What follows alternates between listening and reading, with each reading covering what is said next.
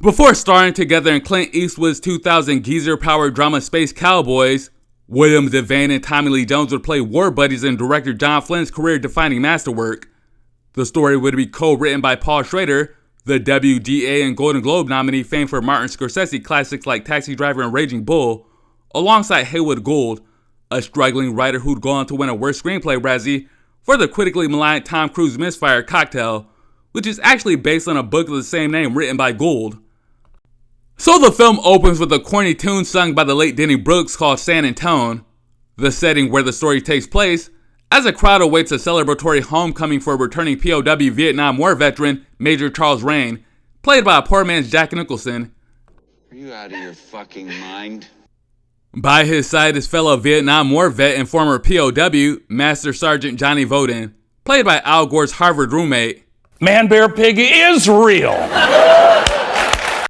So the vets on the jet touch down and Major Rain, no relation to Aldo, is greeted with a warm hero's welcome by everyone in town from the school marching band to the Boy Scouts in grand jingoistic fashion.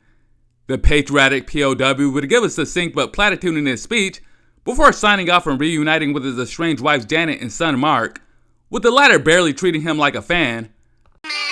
But it'll only get more awkward with Johnny Voden, who greets his family like someone who hates their fans. Major, I sure do hate to face all them people. But life at home would still be a battle, as Rain's war bride confesses to falling for a Jody named Deputy Cliff Nichols and kindly asks for a divorce after a 7-year stint in Nam. Ouch. The Major is comfortably numb to the predictable but painful outcome, but part of his stoicism might stem from the abuse he faced from Charlie as he has violent monochrome flashbacks. But if there's one thing that hurts the Major more than torture from the Viet Cong and the collapse of his marriage, is another man raising his son as his own. Given his lengthy departure and PTSD, a judge might deem him to be an unfit parent and award full custody to Janet and Deputy Jody, which would be a crushing blow to his already shattered ego. It's important to me that I stay close to my son. I won't let him go.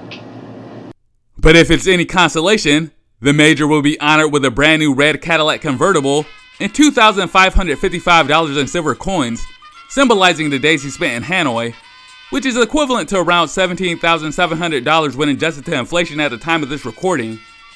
But in spite of Rain's recent high-value status, jilting Janet views Deputy Jody as the prize, as the Major compensates for some long-lost male bonding with his son. Now, no matter what happens, I won't let him go. Soon, there'll be more male bonding between Rain and his wife's boyfriend, who offers the Major a drink but passively aggressively declines while drinking his own beer, proving he's not some broken beta male cuck. Deputy Jody would congratulate the estranged hubby on his return, and the topic of information retrieval is brought up. But the wife's boyfriend shies away from the grisly details of his John McCain war stories, who actually shares similarities with a fictional character. The film's title is Rolling Thunder, and McCain happened to be on a bombing mission called Operation Rolling Thunder. Also, like the late senator, Rain was shot down, captured by the enemy, tortured, and finally released in 1973. A huge difference is that the real POW carried on extramarital affairs upon his return, instead of the other way around.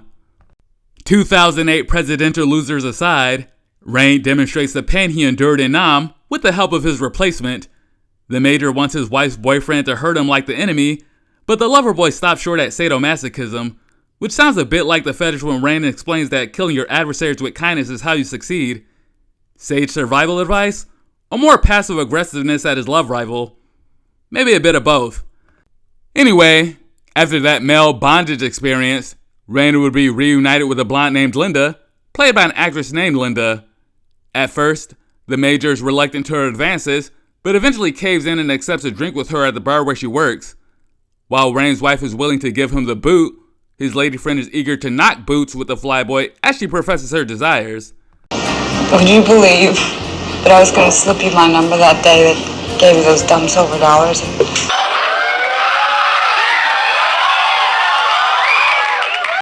Though the veteran vamp declares her passion for the afflicted Major, Rain is reticent to her affection as he calmly imbibes his brew like a stone-cold Chad.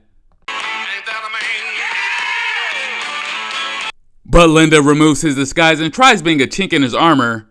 But his lovely lady friend is no exception, as Rain continues having his guard up with civilian life, donning his aviator sunglasses like Boss Godfrey and Cool Hand Luke. As the tortured soul begins to exit, Linda continues flirting with the unhappily married man as she plans on meeting him again before their farewells. In the meantime, Rain drops by and proudly watches his son play baseball, but the feeling isn't mutual as the boy seems bemused at his father's presence like a random spectator, instead of a dad genuinely trying to be in his child's life. I don't know you! Not feeling the love reciprocated, the local hero leaves the Bad News Bear alone and drives to the home he's unwelcomed. But nothing could be less hospitable when home invaders hold the Major at gunpoint and threaten to rob his small fortune. But like with the Viet Cong, Rain never surrenders to the enemy as he's tormented by a brute to give up the loot. Here's the fucking money, shithead! Not budging to the domestic dirtbag's demands, the gang ratcheted up the carnage by placing the Major's hand in the garbage disposal. Still not wavering to their terrorism, the intruders commit the unthinkable and savagely maim him. I lost my hand! Which is pretty damn excessive for less than $3,000. When split 4 ways between them, they'd receive $639 apiece, which equates to about $4,425 when adjusted to inflation.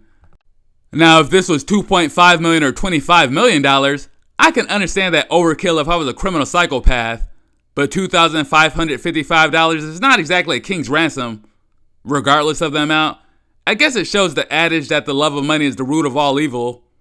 And for what? For a little bit of money. But the posse's depravity has only just begun, as Janet and Mark arrive home to the thugs with the son swiftly leading them to the treasure. After retrieving the money, the Dukes of Hazzard act as no good old boy, as he promptly deletes mother and child before his right-hand man, Automatic Slim, attempts to off the right-hand amputee. But with the miracle of plot armor, the protagonist survives his gunshot wound and he's hospitalized with his #1 fan by his side like a dutiful wife, who's actually allowed visitation rights instead of random groupies. Got yourself a groupie, Major. But I guess being on TV with him is good enough. Johnny Voden also pays his friend a visit, and the brooding airmen chat about the hardships of adjusting to civilian life, as the Master Sergeant struggles with marriage and career opportunities. But Johnny Lee Jones's problems are minuscule compared to the tragic veteran, who's now fitted with a hook for a right hand like Roy Munson and Kingpin. They'll soon talk about the assailants and their punishment, with Voden delivering a chilling line about their retribution. Can't just let it slide, Major. They don't have any right to live. But after 6 weeks, Deputy Cliff Nichols wants to exact a different brand of justice and demands answers for the murders of his would-be wife and stepson, which the victim claims he has no recollection.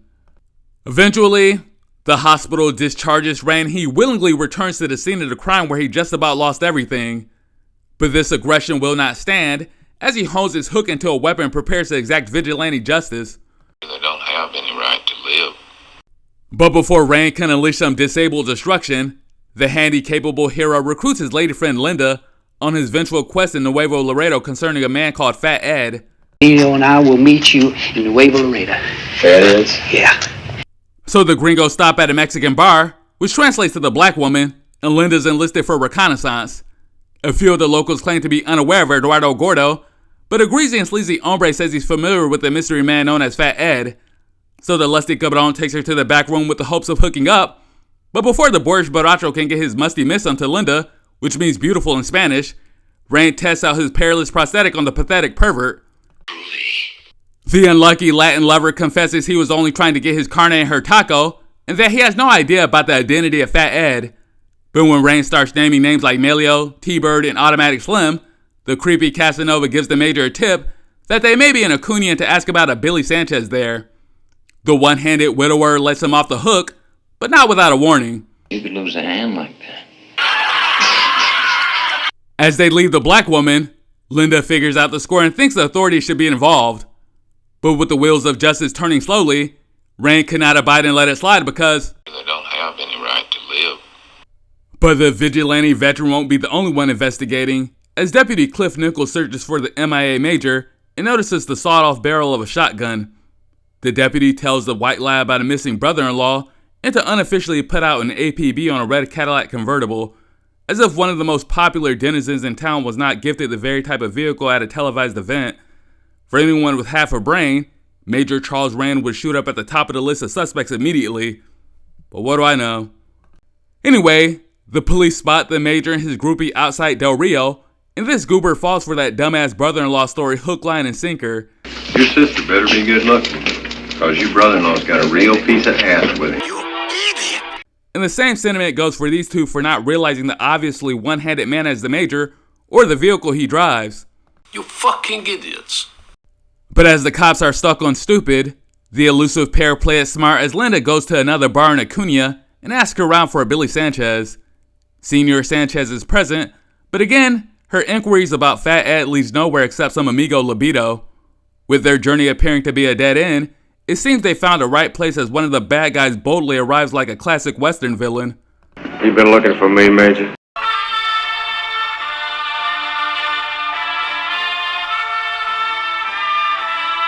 Rain is ready to rumble one-on-one with his shooter, but Automatic Slim is backed up by some meddling Mexicans. The Major holds his own for a while, but not for long as they inflict some handicap havoc. Automatic Slim wants a piece of the amputee action, but gets more than what he bargained for as Slim nearly turns femme. Let him go! Let him go! With his manhood on the line, Slim tells his compadres to retreat during the scrotal scrap, and the Major makes his getaway as a Mexican hangs onto his car like a Latin T-1000. Hasta la vista, baby.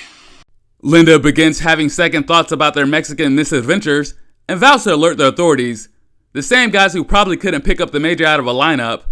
But Rain isn't taking any risk with the law, as the best evidence they have so far is his witness testimony, which likely wouldn't be enough to get a conviction.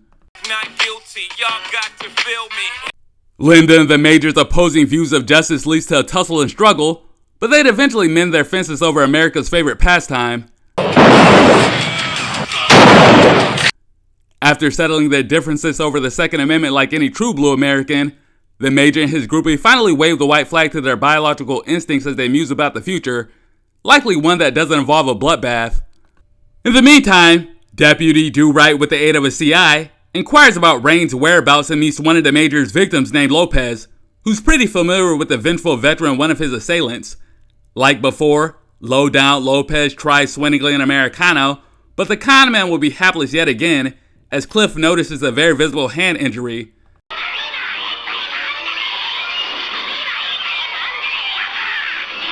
A foot chase ensues between Tex and Mex as fate leads them to an abandoned building. The cowboy sleuth might be walking into a death trap, but not by the looks of this impressive killing streak.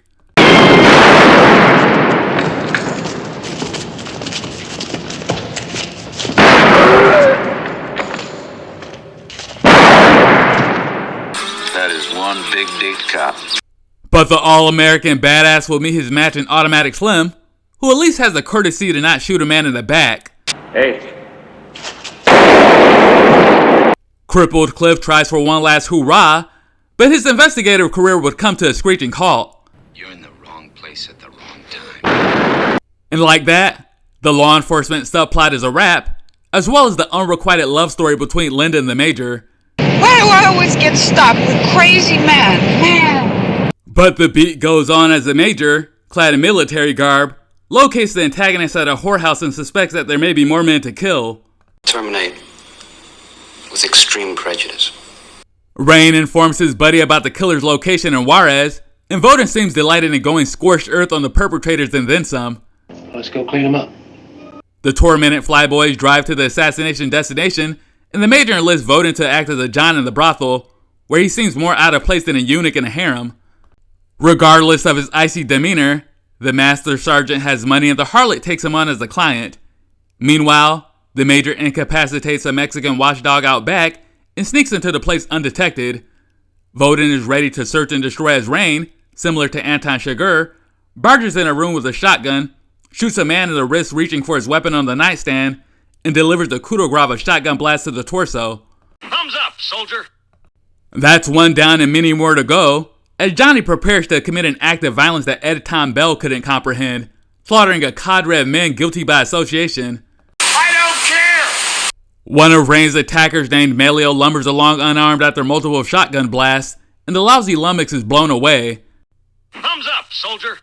The murderous Major is 2 for 2, but he nearly bites it as he's shot in the back. But like any good friend, Voden comes to the rescue and blasts Rain's shooter to Kingdom Come. Thumbs up, soldier. The punishing POWs would viciously team up on another dumb guy who strolls right into the line of fire and gets obliterated, which is all the more baffling as he's actually armed. You dumb asshole. A shootout occurs downstairs and the suicidal soldiers are under siege at the bloody bordello. Automatic Slim, also a Vietnam War veteran. Now don't give me any of that officer hard shit. Because I was right there in Nam with the rest, except I was laying face down in the mud while you cats was flying over. Once all the smoke from the furious flyboy.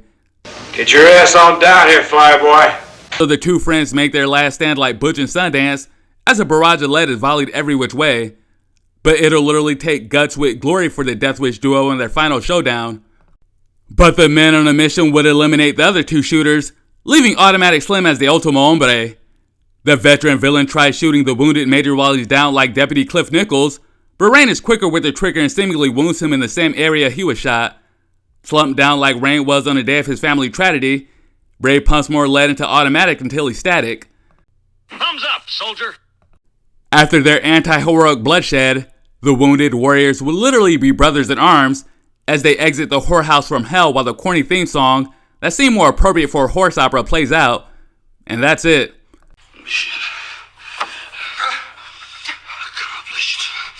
While his most notable effort would be the Steven Seagal revenge flick Out for Justice, Rolling Thunder would be director John Flynn's most acclaimed work, boasting an 86% fresh rating on Rotten Tomatoes at the time of this recording. The late Gene Siskel ranked the film number 10 on his year-end list of the best films of 1977, and Quentin Tarantino named his short-lived distribution company after this movie and cited the underrated filmmaker as an influence on his career. But not everybody was satisfied with the end result. Screenwriter Paul Schrader was disappointed that the studios nixed his original vision of Major Charles Rand being a white trash racist who slaughters a bunch of Mexicans as some kind of indictment on the Vietnam War. Personally, I think the studios made the smart decision avoiding the overtly bigoted angle like in Schrader's original Texas Taxi Driver, where Travis kills a bunch of black guys. The blatantly racist element in either film would have been too distracting and muddled its overall message on trauma, loneliness, alienation, and post-war resentment. But Schrader won't be the only one with a quibble. My biggest nitpick is easily the lack of a police investigation. The double murder involving a local celebrity war hero should have been a more high-profile case, but the only one in law enforcement determined to solve the mystery is a deputy who had an intimate connection with the deceased. A deputy, not a sheriff or Texas Ranger, just a deputy. Also, there's no mention of fingerprints, ballistics, or eyewitness testimony from Rain's neighbors. Their only hope is in our tragic anti-hero, which I found a tad contrived. Another example of lazy writing is how Deputy Cliff Nichols is deleted and it's never brought up again. His mysterious disappearance would have been a huge local news story in the media that should have been broadcast somewhere in the third act. But overall, the movie has its redeeming qualities. For example, my favorite scene is the brutally intense and explosive finale. Like Bickle's rampage, it's psychologically complex as their violent motives blur the lines between righteous indignation and menacing evil, with all three exhibiting nihilism to the extreme. But unlike Robert De Niro's anti-hero, at no point would these men's actions be held in high regard. Either way, both films feature an incredible orgy of unforgettable mayhem. As for my favorite line, it has to be this. Get your time, boy. Most characters would utter something profane or ominous to their nemesis before snuffing them out of their existence, but Major Charles Rand delivers a wry remark that stands out as the best in a slew of sardonic quotes stated by the anti-hero. But altogether, John Flynn's pulpy revenge thriller about disaffected veterans engrosses with tension and effective performances from William Devane, who probably plays one of the greatest shotgun-wielding one-handed badasses next to the Evil Dead's Ash Williams, and Tommy Lee Jones, whose moody performance from quiet menace to full-blown psychopath is just as unsettling and disturbing as Mickey and Mallory Knox in Natural Born Killers, whom Jones was co-starring on the opposite side of the law.